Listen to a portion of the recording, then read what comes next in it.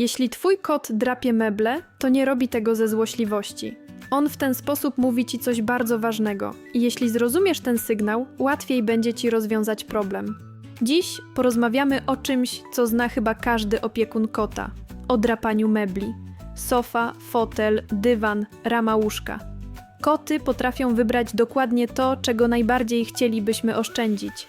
Ale prawda jest taka, że drapanie nie jest złym zachowaniem. To naturalny instynkt, który pełni dla kota kilka bardzo ważnych funkcji.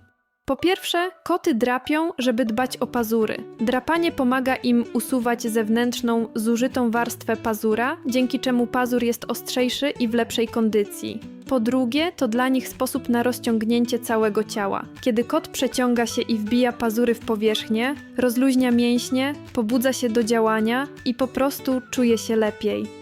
Po trzecie, drapanie to też forma komunikacji. Kot zostawia po sobie ślad wizualny i zapachowy, bo w ten sposób oznacza teren i daje innym kotom sygnał: to jest moje miejsce. Dlatego właśnie kot może wracać do jednego miejsca wielokrotnie, bo dla niego to nie tylko drapanie, ale też codzienny rytuał. I właśnie dlatego tak często wybiera meble. Dla człowieka to po prostu kanapa, ale dla kota to wygodna, stabilna i świetnie reagująca powierzchnia. Tapicerka często ma dokładnie taką strukturę, jakiej kot potrzebuje do drapania. Jeśli dodatkowo stoi w miejscu, które kot często mija albo lubi, to mebel staje się idealnym celem. Warto też wiedzieć, że kot nie drapie mebli tylko wtedy, gdy ma za długie pazury. Bardzo często robi to z nudy, stresu albo nadmiaru energii. Jeśli kot nie ma zajęcia, nie ma odpowiedniego drapaka albo czuje się niepewnie, może przerzucić swoją potrzebę właśnie na kanapę. Czasem to sposób na rozładowanie emocji, a czasem po prostu rytuał, który daje mu poczucie komfortu. Dlatego pierwsza rzecz, którą warto zrobić, to nie karać kota, tylko dać mu lepszą alternatywę. Drapak powinien być stabilny, wysoki i ustawiony tam, gdzie kot naprawdę przebywa. Jeśli postawisz go w kącie, którego kot prawie nie odwiedza, to nie licz na cud. Kot musi mieć drapak pod ręką, a właściwie pod łapką. Niektóre koty wolą pionowe słupki, inne poziome maty albo kartony. Warto poobserwować, co najbardziej mu pasuje. Dobrym pomysłem jest też zachęcanie kota do korzystania z drapaka. Możesz użyć kocimiętki, przysmaków albo po prostu pobawić się przy nim wędką, żeby kot skojarzył to miejsce z czymś pozytywnym.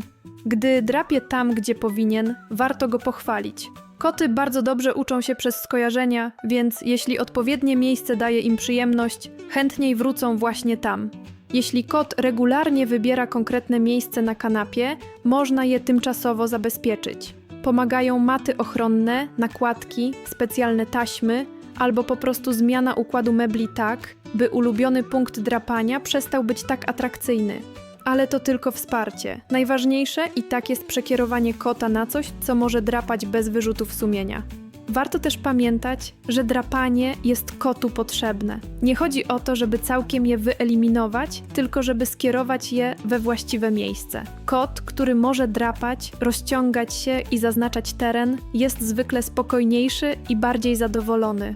A człowiek, który rozumie ten mechanizm, ma dużo mniej problemów z meblami. Na koniec zapamiętaj jedną rzecz. Drapanie nie jest psuciem domu, tylko częścią kociej natury.